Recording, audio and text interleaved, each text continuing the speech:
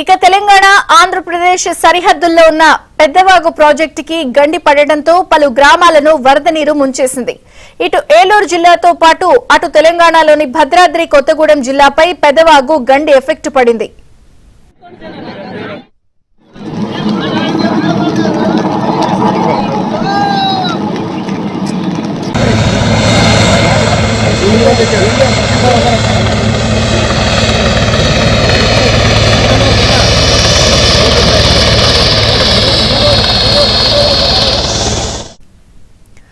ఏలూరు జిల్లా వేలేరుపాడు మండలం గుళ్లవాయి, కమ్మరిగూడెం, మాధవరం, సుద్దగంపు, రామవరం, మేడేపల్లి, అల్లూరి నగర్, పూసిరెల, మద్దిగట్ల గ్రామాలు నీట మునిగిపోవడంతో లోతట్టు గ్రామీణ ప్రాంత ప్రజలను అధికారులు అప్రమత్తం చేశారు.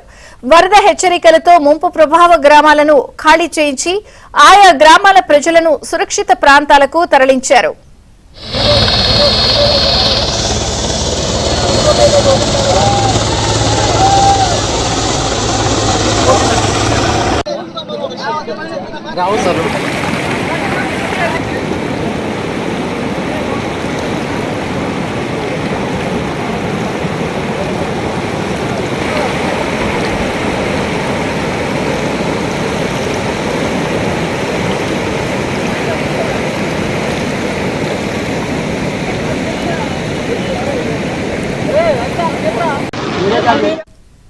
భద్రాద్రి కొత్తగూడెం జిల్లాలో వరద ఉధృతి కొనసాగుతోంది. సహాయ చర్యలు కూడా కొనసాగుతున్నాయి. ఇరిగేషన్ శాఖ ఆధ్వర్యంలో ఆనకట్టు మరమ్మతులు కూడా ప్రారంభమైనట్టుగా తెలుస్తోంది. మరిన్ని వివరాలు మా ప్రతినిధి రవిని అడిగి తెలుసుకుందాం. రవి, విజయ చంద్రిక ఎడతెరిపి లేకుండా కురుస్తున్న భారీ వర్షాలతో భద్రాద్రి కొత్తగూడెం జిల్లాలో వాగులు వంకలన్నీ కూడా పొంగి ప్రవేశిస్తున్న పరిస్థితి కనిపిస్తుంది. అశ్వరాపేట మండలంలో ఉన్న పెద్దవాగు ప్రాజెక్టుకు మ్యాసివ్ ఫ్లడ్ రావడంతో నిన్న ప్రాజెక్టుకు గండుబడ్డ పరిస్థితి ఉంది. ఆ ప్రాజెక్టు వరద అవుట్లెట్ లో ఉన్న వాగుల్లో అని కూడా వరద ప్రవాహం పెరగడంతో సమీపంలో పొలాల్లో పనిచేస్తున్న కూలీలు 30 మంది కూడా వరద నీటిలో చిక్కుకున్నారు. విషయం తెలిసిన జిల్లాకు చెందిన మంత్రి తుమ్మల నాగేశ్వరరావు రైతు రుణమాఫీ కార్యక్రమంలో ముఖ్యమంత్రితో పాటు ఉన్నారు. వెంటనే సీఎంఓ అధికారులతో మాట్లాడటమే కాకుండా ఆంధ్రప్రదేశ్ రాష్ట్ర సిఎస్ తో కూడా మాట్లాడారు. 2 రాష్ట్ర ప్రభుత్వాలు కోఆర్డినేట్ చేసుకోవడం వల్ల ఎలాంటి ప్రాణ నష్టం లేకుండా వరద నీటిలో చిక్కిన 30 మందిని కూడా 2 హెలికాప్టర్లు ఎన్డీఆర్ఎఫ్ బృందాల ద్వారా రెస్క్యూ చేసి వారిని క్షేమంగా తరలించారు. ముఖ్యంగా పెద్దవాగు ప్రాజెక్టుకు సంబంధించి మ్యాసివ్ ఫ్లడ్ ఉదయం 22,000 క్యూసెక్ల వరద ప్రవాహం చూస్తే సాయంత్రకాల 44,000 క్యూసెక్లు వచ్చింది. 16 సెంటీమీటర్ల వర్షపాతం నమోదవడంతో లోకల్ స్ట్రీమ్స్ అన్ని యాడ్ అవడంతో ప్రాజెక్టుకి 3 చోట్ల గండు పడడంతో సమీపంలో ఉన్న ఆంధ్ర ప్రాంతానికి చెందిన వేలేరుపాడు మండలంలో ఒక 15 గ్రామాలు, అదేవిధంగా తెలంగాణకు చెందిన 10 గ్రామాల్లో కూడా లోతట్టు ప్రాంతాల్లో ఉన్న వారంతా కూడా బిక్కుమనే పరిస్థితి ఉంది. ఇక్కడ సాయంత్రం పూట చూసుకుంటే 2 రాష్ట్ర ప్రభుత్వాలు కూడా సకాలంలో స్పందించకపోతే ఒకవేళ చీకటి పడి ఆలస్యమైతే హెలికాప్టర్ రెస్క్యూ చేయడం కూడా చాలా ఇబ్బందిగా మారింది.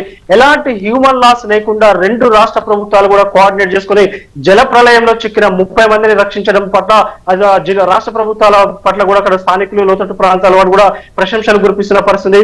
మన ప్రాజెక్ట్ డీటెయిల్స్ చూస్తే ఉమ్మడి రాష్ట్రంలో తెలంగాణ ఆంధ్రప్రదేశ్ సంబంధించి ఇది ఉమ్మడి ప్రాజెక్టు. భౌగోళికంగా ప్రాజెక్ట్ తెలంగాణలో ఉంటుంది, ఆయకట్టు ఆంధ్ర ప్రాంతంలో ఉంటుంది. మొత్తం 20,000 ఎకరాల వరకు కూడా ఆయకట్టు ఉంటుంది. ఓవరాల్ గా చూస్తే ప్రాజెక్టు 1970 ప్రాంతంలో కన్స్ట్రక్షన్ అయితే 1981లో పూర్తయింది. 1989లో కూడా ఇదే విధంగా మ్యాసివ్ ఫ్లడ్ వచ్చిన పరిస్థితి.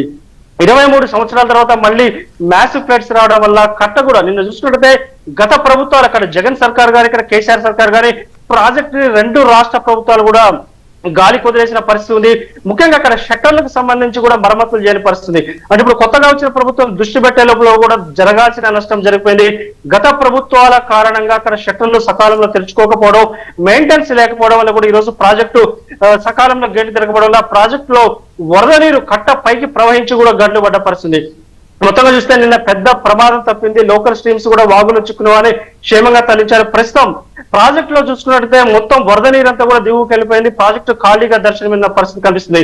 నిన్న చూసుకుంటే ప్రాజెక్టు కట్టమించి వరద పొంగింది. ఈ రోజు ప్రాజెక్టు మొత్తం కూడా ఖాళీగా కనిపిస్తున్న పరిస్థితి కనిపిస్తుంది. లోతట్టు ప్రాంతాల్లో కూడా వరద ప్రభావం తగ్గడంతో సహాయ చర్యలు ముమ్మరంగా చేస్తున్నారు.